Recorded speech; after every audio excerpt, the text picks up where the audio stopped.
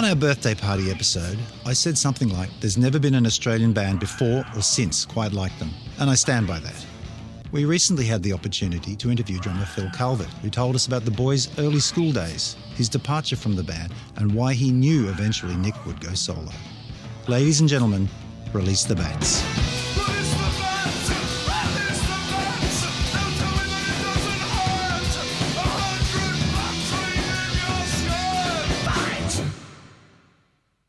Well, hi, Phill. My name's Mark. To my right is Patrick. Howdy. Graham is off camera producing this particular episode. We're from Known Pleasures. We are really, really grateful to have you on, and thank you so much for your time. Check out the Rickenbacker and the ukulele in the background. Yep, there we go. We recently saw the movie, all three of us, and obviously we're big fans and we enjoyed it. We saw it, Graham and I, over in the Cremorne at the Sydney premiere. Were you there that night with the Q&A? Yeah. That was great. I felt like you could have got a bit more in there.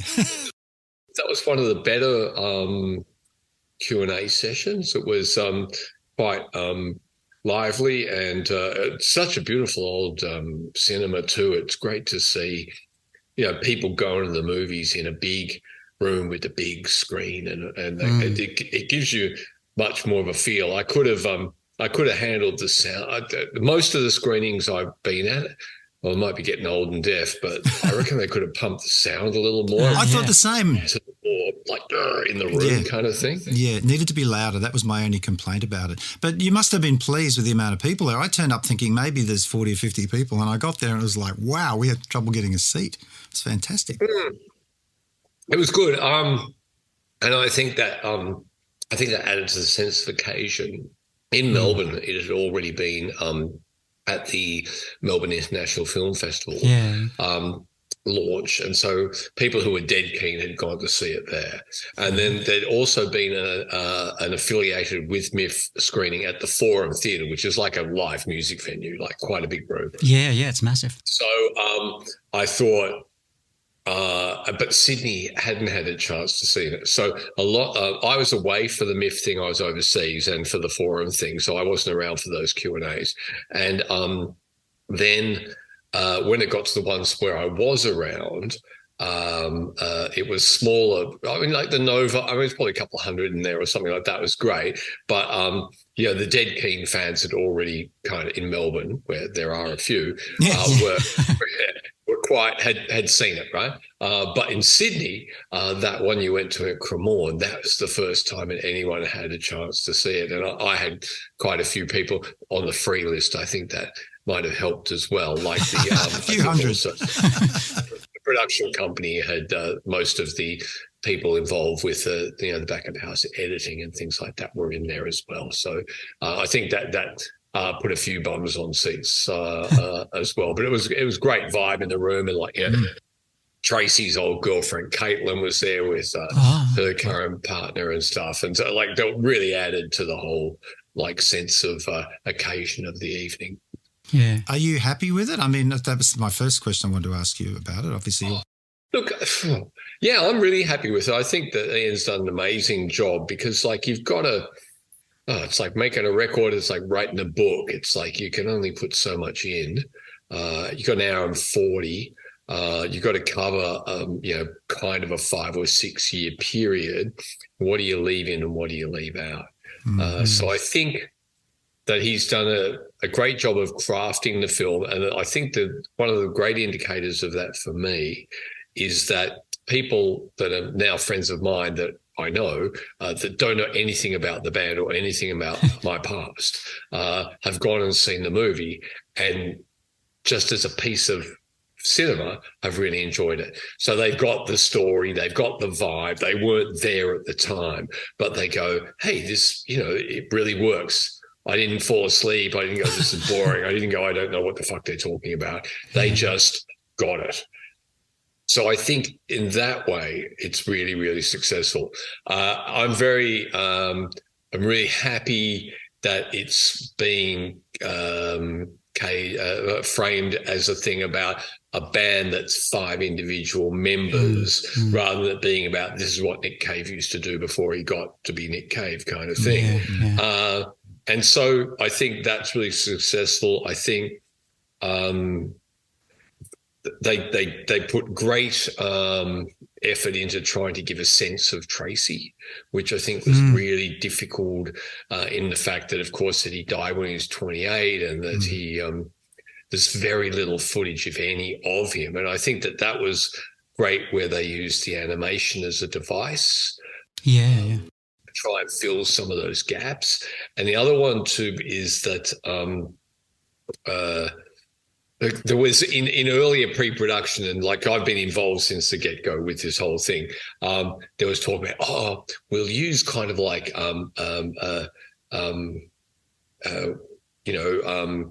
VR, virtual reality, or they'll use some kind of other, thing to try and like emulate these people. And I'm going, that sounds really fucking scary, like the concept that you're going to try and have these avatars and things like that. So the animation was a really nice device to kind of like make that have a feeling of being a thing. So yeah, that was I thought that worked well.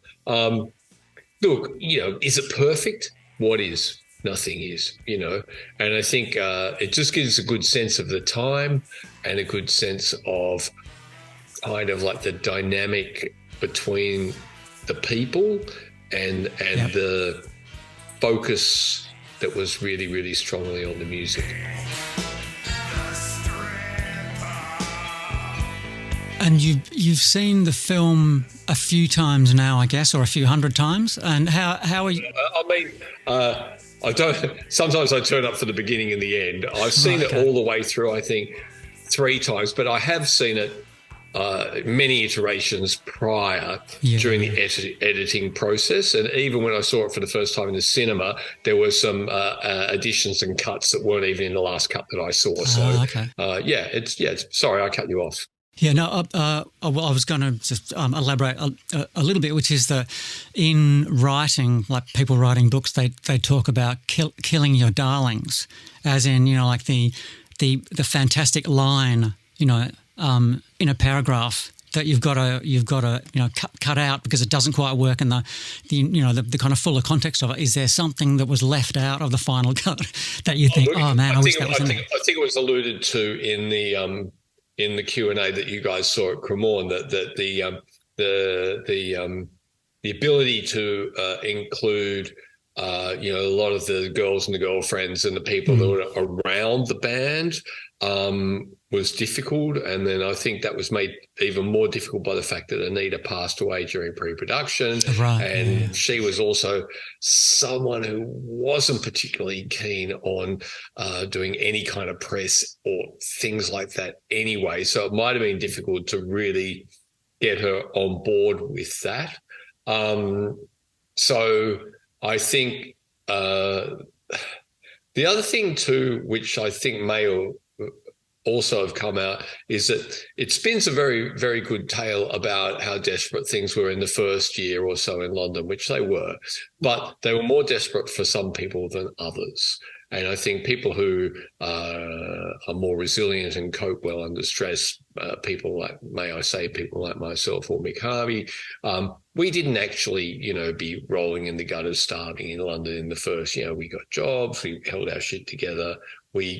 But I mean, that doesn't make a good movie. Yeah. So it's like, I mean, and in fact, it wasn't all, freaking beer and Skittles. We were struggling. Don't get me wrong, but I quite enjoyed being in London. Where you often hear Roland or quoted in and out of context, and in this film and other places, bemoaning how misery ridden he was in the first couple of years in London, but he got to like it later, kind of thing. But it was like I never really felt that once I got to London and I got settled and I found my feet. And yes, we were working on the band, but I made other friends and associates, and eventually forged quite a good kind of life in London, which is why, as you would have observed in the movie, I said, "Oh no, I'm fine. I'll just stay here, maintain my base in England. I'll just travel back and forth to Berlin." Obviously, I was missing some context. Yes. Yeah, well, certainly in terms of that year in London, the way you're describing it, is much less dramatic than having a band member suffering from severe malnutrition for a start, or for instance, I think it might have been choices. You've got choices. You can spend your money on food, or you can spend your money on some other stuff. So. Yeah. But either will alleviate hunger, but that's another thing altogether. Yeah. Well, I think did Nick say that Roland's attitude to London was that it had been designed specifically to taunt him, or something along those lines? I mean, that is look. I mean, I'm not going to pile on Rolly. No, I mean, it's all. like people's coping mechanisms are different. It was a tough time. And it was just something where I don't think he was necessarily had the armor to deal with it. I mean, it's really Look, let's get this in perspective. We were a bunch of guys, 21 years old. Right? We'd been going, since 77, 78 or something like that. We'd been, operating in Australia in a really vibrant music scene where, okay, we were, not part of the mainstream, but we were gigging and we had a kind of like support mechanism around it of fans, other musicians, people who were trying to, chasing similar artistic pursuits, right? So that was all great vibes in Melbourne, and it's warm in summer and it ain't that cold in winter. And you can get by and you can go get dinner at mum's house if you're starving, even if you are living in a flat in St Kilda, right? You take those 21-year-old boys, stick them all on a plane, and now you're on the other side of the planet with little or no support, and you're trying the best you can to make your music happen for the world. Or for you, actually, you're just trying to make the music. That's what that's what's going on. And I mean, it would be pretty, it's pretty easy to draw the line where you go, this is absolute hellhole, and it's it's really pressing down on me personally, and and at every turn. I mean, look, you got no idea how weird London was back then. You're trying to open a bank account. You can't just walk into, the CBA and go, here's my driver's license. Can I open a savings account? No, man. It's like, oh, have you got a job? It's like, who's going to vouch for you? It's just a bank account. No, you can't do that. It's like, so at every twist there was stuff, and it was complicated, and that's some of the things that maybe is for, volume 2 of the Mark Mordew book or something like that. You can't get that into a film. And if I drilled down into every question you have about the movie, for every answer I give you, you'd add an hour to that film. Maybe we'll get back to the film. Well, can I just ask you, February 1980, you're about to morph from the Boys Next Door to the birthday party, the great exodus to London. Everybody had to go to London. That was what everybody did back then. What made you guys think that you were going to make a success of it when so many before you and after have failed? I mean, really, it's, it's a big call. It is. I don't like to draw on the kind of like concept of best and better or anything like that. I don't know, we had some kind of belief structure that what we were doing would fit, or actually what we were doing would actually be better than what we were hearing. And while we were influenced by it, there's no doubt. That we thought that if we could take our brand of what we were doing there, that it would at least get up and fly, which actually, we were kind of right. So that was, and I think it was incredible self-belief more than anything else. And I think maybe arriving in London initially might have put a bit of a dent in that self-belief. I remember I think the second night we were in London, it's spoken about in the movie that we went to a gig a few weeks in at the Lyceum where there was a bunch of bands playing. But the second night, another Melbourne expat, a girl called Vicky Bonet, said, I can get you in to see The Cure at the Marquee. So we went to see The Cure at the Marquee in Wardour Street. And this was like the Three Imaginary Boys kind of era. Cure, three the piece, best Cure. You know, super tight, really good, just like the record. And I'm standing in the audience going, if every band in England can actually play as good as this, we're really up against it. But fortunately, they couldn't. And we had hundreds and hundreds of gigs behind us. So once we did start to play, we are actually quite a well-oiled type machine and play well together. But and then, subsequently, a couple of weeks later, we went to a gig at the Lyceum and saw, Teardrop Explosion, that kind of money. And I remember seeing early on Susie and the Banshees at the Music Machine, and they were just not appalling, just not a well-honed live act. They could make great records. They looked good. It was all, the sound was coming on stage. I was going, what went on in between songs, whatever. It was just, slightly shambolic. And this is okay in London. This is okay. So I think we just believed. We thought we had a thing, and we thought we would stand apart.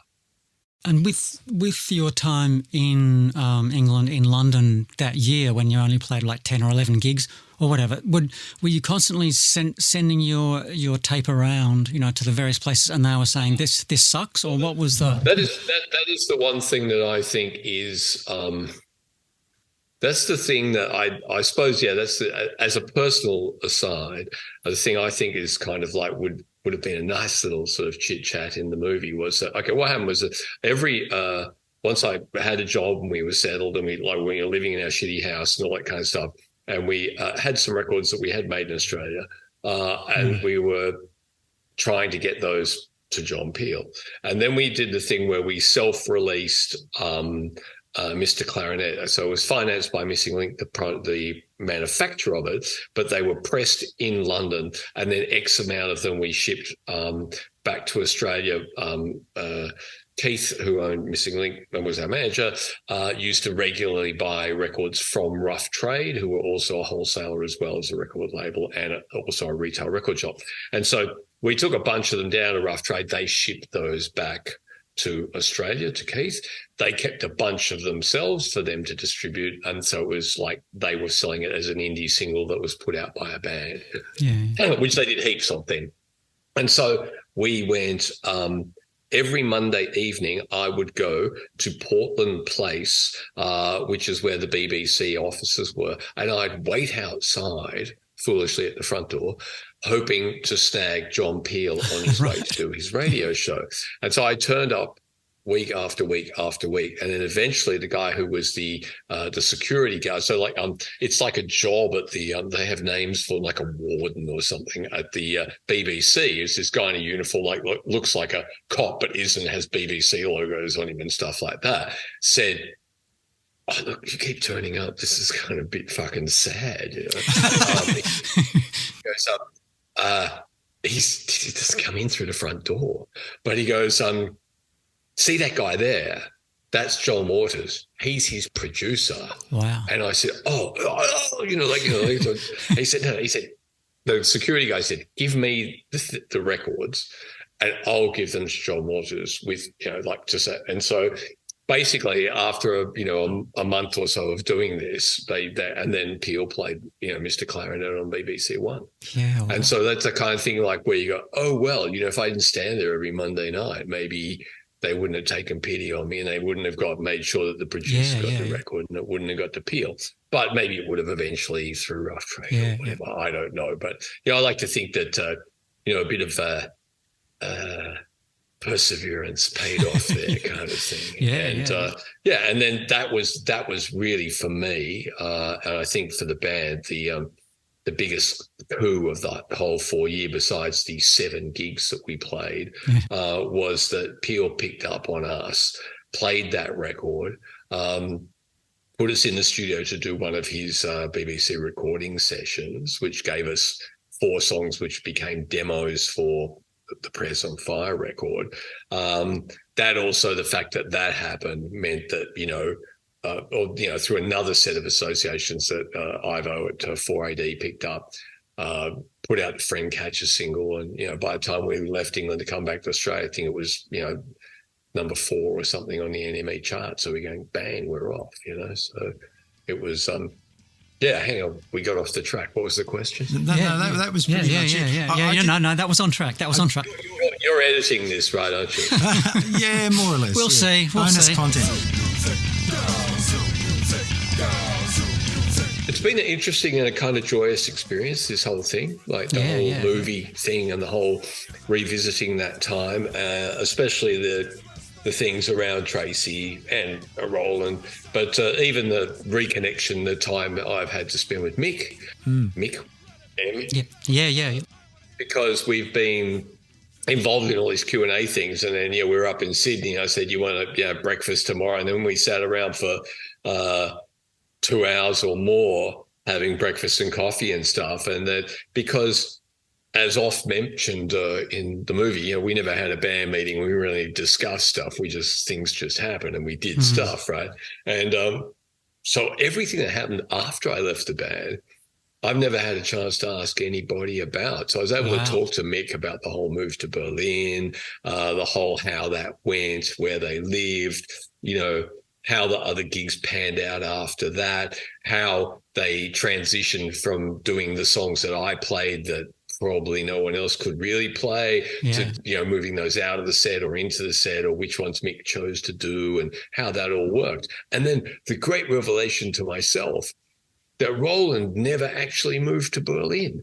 So the bit where he's bitching about Berlin, about, it's terrible I'm living in, is because he and Genevieve maintained their base in London, which what you wanted to do. And but then so Roland was only ever there when they were gigging or recording and stuff, and then would go back to London. And I think that might have added to the tension. That was the kind of, and I think the movie does sort of like tread that path of going, it was kind of an inevitable disintegration. Like, so, okay, I went first, and then, then the next cab off to rank was Rolly and stuff like that. Yeah. And I have recently, I think it was, I know it was in the Sydney Morning Herald. I think it was for The Age or The Guardian. I did an interview where basically somebody asked me about that, and I said, ever since probably I was in high school, I kind of always knew it would be Nick would go solo. I've followed enough music all my life. I worked in record stores. I was mad like reader of rock bios, and I'm a mad studier of album sleeves and who played what where and all that kind of stuff. Yeah. And you just see certain people. It's like you're going, no, it's going to be, Nick's going to go and do the Nick thing. And I kind of knew that all along. I would have been quite happy to go along for the ride, and I would have been dug to have played on a lot of that stuff. But it was just, I think that's what was happening. I think it was just going,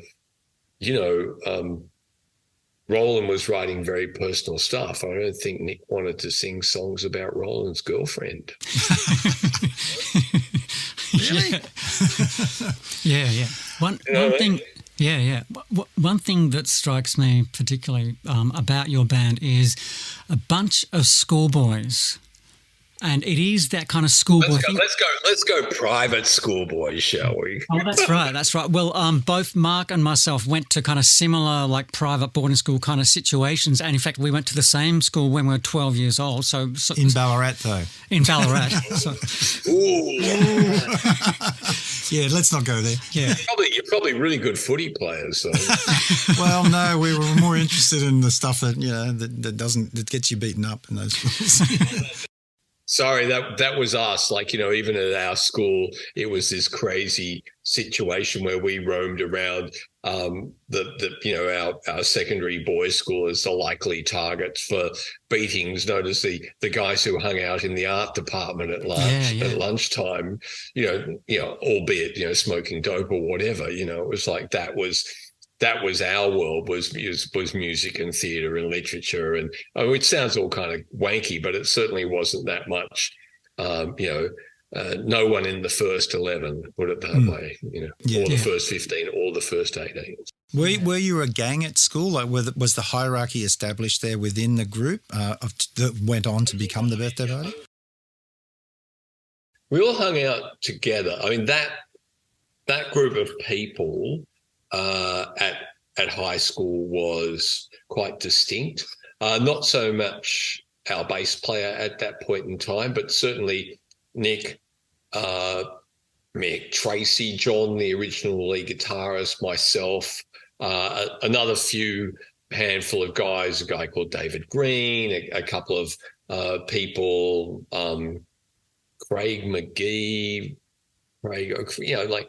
Craig, some of these guys ended up at our early sort of punky gigs. Craig McGee's younger brother started Shock Records. They were people who were really much more interested in counterculture, music, art. That was the kind of thing. But it was that time. You guys are probably my age or a bit younger. I don't know. It's kind of like. It felt at that time, and it's quite disheartening right now, because it felt at that time we were going to get all that shit right. We'd come out of Vietnam.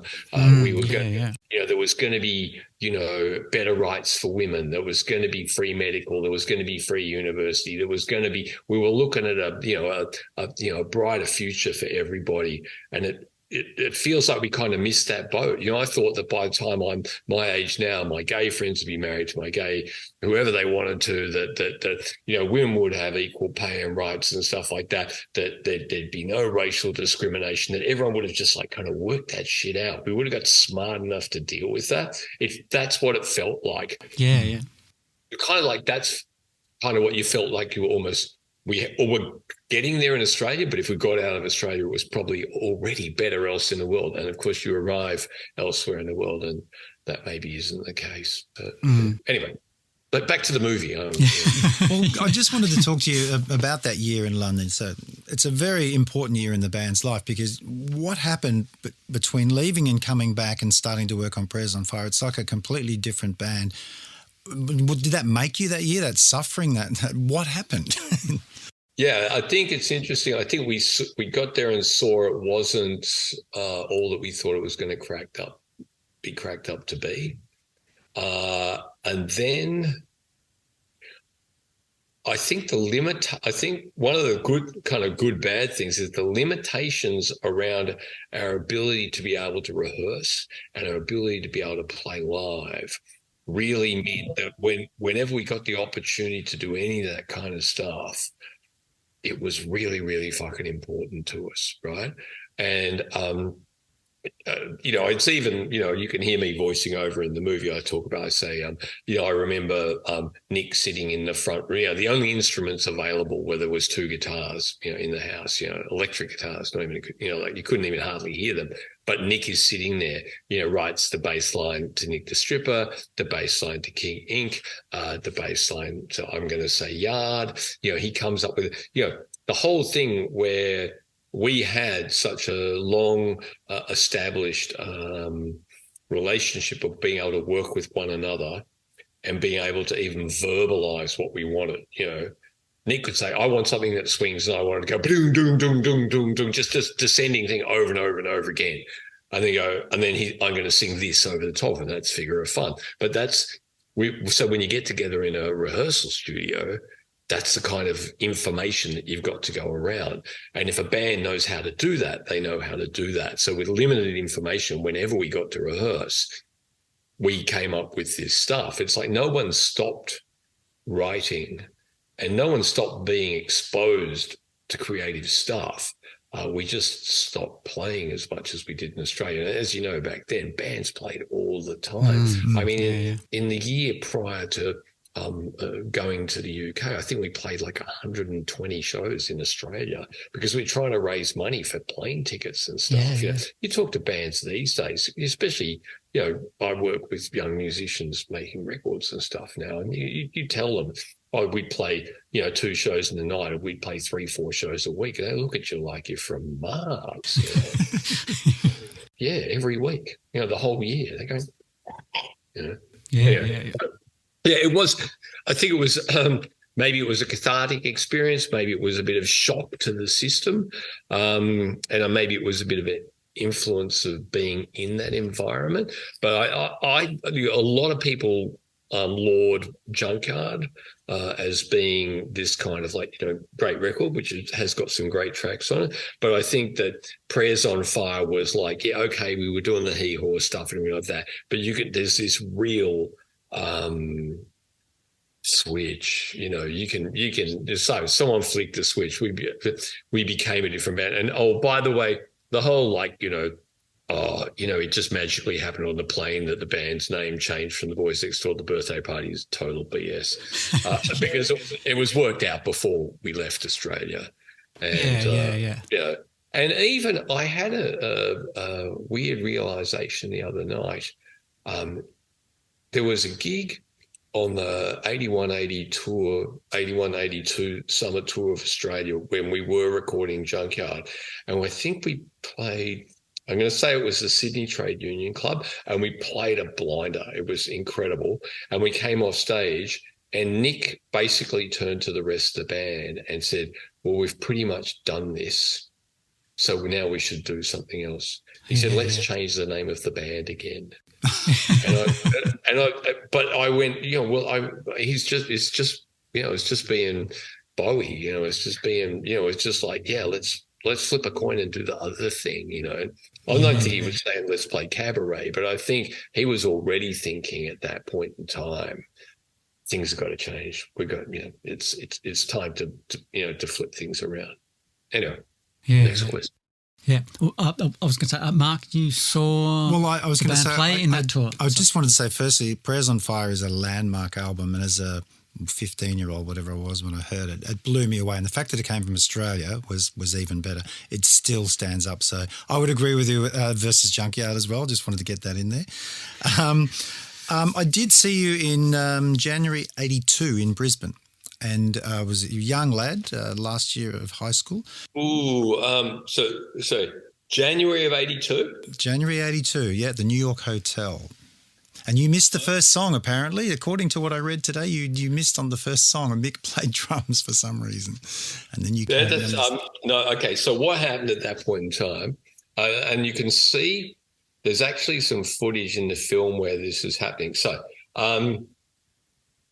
written a new song. We were in the recording studio, and the whole idea for the song was there. Nick kind of had the lyrics and was going on, and I wasn't getting a part. And my most hated thing is writing in the studio when the clock is ticking. And in those days, you're talking, back then, $1,000 a day plus engineer plus tape at $200 a roll for 2-inch. It was like, and that was a lot of money back then. And we were in the best studio in Melbourne, and Keith's paying for it, and it's all going down. But I was trying stuff, and it wasn't coming together. And so Mick goes, "Hang on, give me a crack." He goes like, and we get through a take. I said, "That feels good. That feels good." Everybody in the room went, "Yeah." So I said, "Do it. Let's put it down." So they put it down. Mick played drums, right? So I didn't know this song. So for the rest of that tour, if we did Hamlet, what they did was to make it easy for the rest of the set, we'd open with that, because then Mick could start on drums and then didn't have to go back and forth from guitar and stuff like that. And so then he'd play that song. I'd come in and play the drums, and then, so I wasn't late. I wasn't, out. That's what I was wondering. I know. Surely I was out the back with some, whatever. But no, that was not the case. It was just it was in the best interest of the set and the best interest of the song. Yeah. By the time we got back to England at the end of that, I was playing that song, because it wasn't like I was incapable of playing it. It's that we had to come up with the part at the time, and we had to put it down in the studio. So, and the studio version is Mick on drums. Mm-hmm. But yeah, later live versions is me. Same with Dead Joe. Initial recorded version is Mick. There's since another recorded version with me, which is available on other recordings. Blah blah blah. And that's one of the bad things too. The whole of that became very shambolic, the whole Junkyard session, and then the whole thing we hadn't finished. We didn't have enough tracks to finish an album. Tracy got arrested. We went back to the UK. We had to finish these, whatever songs. We did these 2 extra tracks, which I consider both to be not very good, which is Kiss Me Black and Cupid Doll. And even I think Junkyard only stands up well today as an LP because in the latter versions they put Blast Off and Release the Bats onto the track listing, which wasn't on the original. I have a question that might last less than 2 minutes, like question and answer, because you can just say, no, it's nonsense. I read something in a 19... No, it's nonsense. There you go. That's not true. I stand corrected. Nicky Danger. Ring any bells? Oh, Nicky Danger and the Bleeding Hearts. Is that it? Yeah. Was that featuring Buddy Love on bass and Phil Thump on drums? Really? So July 77? It's true. Around then? It was a concert. We didn't have a name.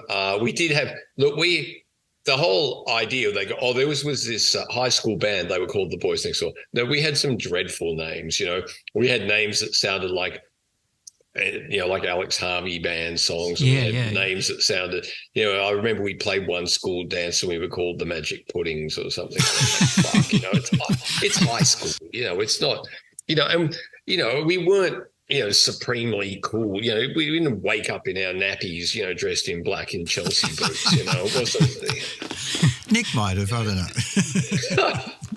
In his dreams. In his dreams. Look, in his dreams, he'd have had a twin that was stillborn before him. But come on, it's that's great. It's all becomes part of the mythology, and I think you've got to kind of give that a little bit of space. And look, it was a difficult time and it was a good time, and there were tough times and there were great times. And there was the thing is that we didn't all get up in the morning going, hey, in 40 years' time, someone's going to make a movie and I'm going to be talking to them about it in an interview. You got up in the morning and you said, I'm more excited about that song than I was yesterday. I really want to, fucking work out how to record that, or I've got a good idea for the middle eight, sort of thing. Yeah. That's more what it was about at any given time, really. It was about the music.